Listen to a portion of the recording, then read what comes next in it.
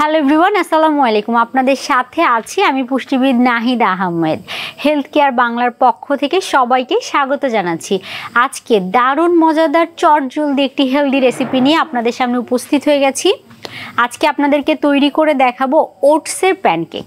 চলুন জেনে নেই ওটসের প্যানকেক তৈরি করতে কি কি উপকরণ লাগছে। সবার প্রথমেই লাগছে ওটস, অবশ্যই ইনস্ট্যান্ট ওটস। আর আমরা এখানে নিয়ে নিয়েছি 1 কাপ পরিমাণ ওটস। এটাকে পানিতে আমরা ভিজিয়ে রেখেছিলাম 20 মিনিটের জন্য। 1 কাপ ওটস আমরা হাফ কাপ পরিমাণ পানিতে ভিজিয়ে রেখেছিলাম। তাহলে ওটসের প্যানকেক যেটা আমরা তৈরি করব সেটা আসলে কনসেন্ট্রেশন বা ঘনত্বটা ঠিক আসবে। এর পরবর্তীতে লাগছে সামান্য পরিমাণে আসলে লবণ ব্যবহার করব। এখানে দুধ নিয়েছি একটি পাকা কলা, একেবারেই খুব ভালোভাবে পাকা কলা হতে হবে। লাগছে তেল, একটি ডিম নিয়েছি, আর লাগছে মধু। আমরা যে উপকরণগুলো ব্যবহার করেছি, আপনি যদি চান তাহলে এগুলোর পরিবর্তে আপনার পছন্দনীয় কিছু উপকরণ এখানে ওটসের প্যানকেকে ব্যবহার করতে পারেন। দর্শক, এরপরে আমরা শুরু করে দিই আমাদের রেসিপিটি, যে কিভাবে আসলে এটি তৈরি করতে হয় খুব সহজেই, সেটি আজকে দেখাবো। চলুন তাহলে তৈরি করে নেওয়া যাক। দর্শক, সবার প্রথমেই এই যে আমরা ওটসটাকে ভিজিয়ে রেখেছিলাম সেটা নিয়ে নিচ্ছে আমাদের একটি ডিশে। সবগুলো উপকরণ একসাথে মিশিয়ে নিতে হবে। তারপরে এর মধ্যে দিয়ে দিব ডিম। ডিম দেওয়ার আগে একটু ফেটে নিতে হবে।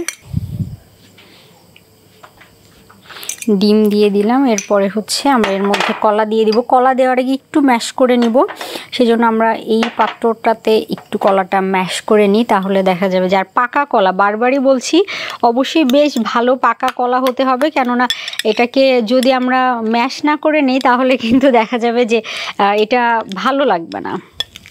আর কলা দেওয়া ডিম দেওয়া ওটস ব্যবহার করেছি, একটি কমপ্লিট কিন্তু ব্রেকফাস্ট আইটেম হতে পারে।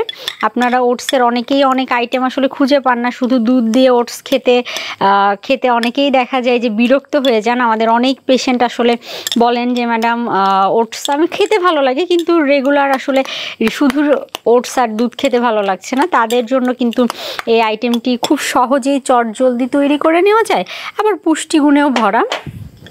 ঘরে তো আমাদের সবসময় দুধ থাকেই, আবার কলাও থাকে। এমনকি বাচ্চারাও অনেকে প্যানকেক খেতে পছন্দ করে। তো তাদের ক্ষেত্রেও দেখা যায় যে দীর্ঘ সময় যেহেতু এটা পেটে থাকবে, ওটসে ফাইবারের পরিমাণ বেশি রয়েছে, তো সেই ক্ষেত্রে আপনারা কিন্তু বাচ্চাদেরকে ওটি তৈরি করে দিতে পারেন। বেশিরভাগ ক্ষেত্রে দেখা যায় যে অনেক বাচ্চারই ওজন বেশি, তো তাদের ক্ষেত্রে একটি হেলদি অপশন কিন্তু এটি হতে পারে। কলা ম্যাশ করে নেওয়া হয়ে গেছে, এখন আমরা এর সাথে মিশিয়ে নিব।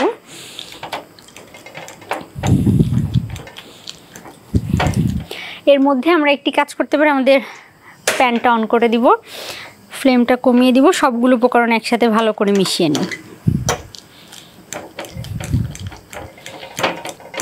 খুব ভালোভাবে মিশিয়ে নিতে হবে। এর মধ্যে সামান্য পরিমাণ আসলে একটু লবণ দিয়ে দিব।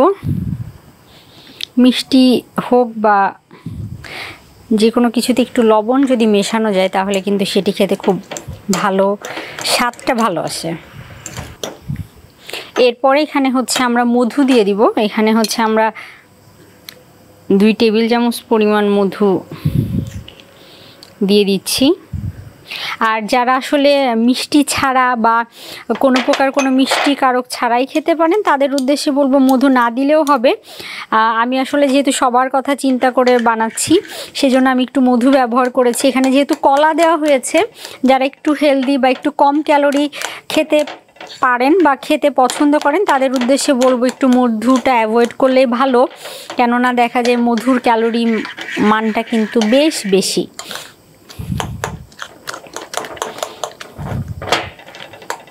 দর্শক, আমাদের প্যানটা গরম হয়ে গিয়েছে, আমরা একটু ফ্লেমটা কমিয়ে নিব। আর এর মধ্যে আমরা এই পর্যায়ে দুধ দিয়ে দিচ্ছি। আমরা এখানে হাফ কাপ পরিমাণ দুধ দিয়ে দিলাম।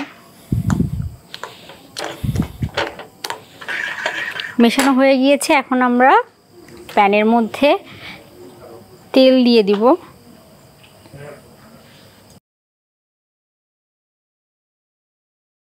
এরপরে আমরা একটা একটা করে প্যানকেকে তৈরি করে নিব।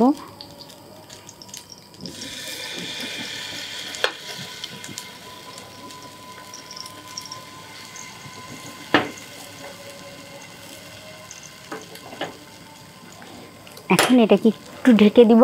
আর অবশ্যই গ্যাসের ফ্লেমটা খুব বেশি থাকবে না, মিডিয়াম লো ফ্লেমে থাকবে। এটা যতক্ষণ না ছিদ্র ছিদ্র হয়ে যাবে ততক্ষণ পর্যন্ত এটাকে আমরা ঢেকে রাখবো। দর্শক, আমাদের প্যানকেক হয়ে গিয়েছে। মাঝখানে আমরা এটাকে উল্টে নিয়েছিলাম অফ ক্যামেরা, তো সেই ক্ষেত্রে আমাদের প্যানকেক হয়ে গিয়েছে। এইভাবে আমরা আমাদের সবগুলো ব্যাটার দিয়ে প্যানকেকগুলো তৈরি করে নেব।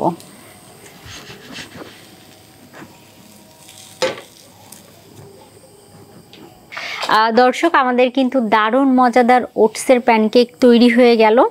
এখন আপনাদেরকে একটু টেস্ট করে বলবো যে আসলে এটা খেতে কেমন হয়েছে।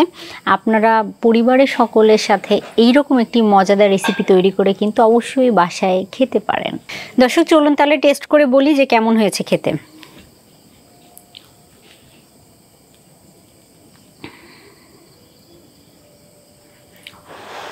অনেক বেশি গরম, যেহেতু মাত্র তৈরি করা হলো।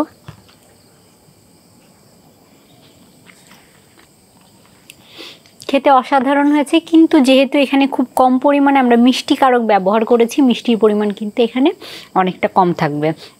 আপনারা অবশ্যই যদি অতিরিক্ত চিনি পছন্দ করেন তাহলে এই রেসিপিটা এড়িয়ে চলার চেষ্টা করবেন, কেননা আমরা বারবারই বলছি এটি একটি হেলদি রেসিপি। অতিরিক্ত চিনি বা মধু অতিরিক্ত ব্যবহার করা যাবে না। কিন্তু আপনি যদি বিকালের নাস্তা হিসেবে মাঝে মাঝে এনজয় করতে চান তাহলে এখানে মধুর পরিমাণ বা কলার পরিমাণ একটু বাড়িয়ে দিয়ে সেটি গ্রহণ করতে পারেন, কিন্তু তখন কিন্তু এটার ক্যালোরি ভ্যালু অনেকটাই বেড়ে যাবে। তো দর্শক, খেতে খেতে বিদায় নিব। ভালো থাকবেন, সুস্থ থাকবেন। খোদা হাফেজ।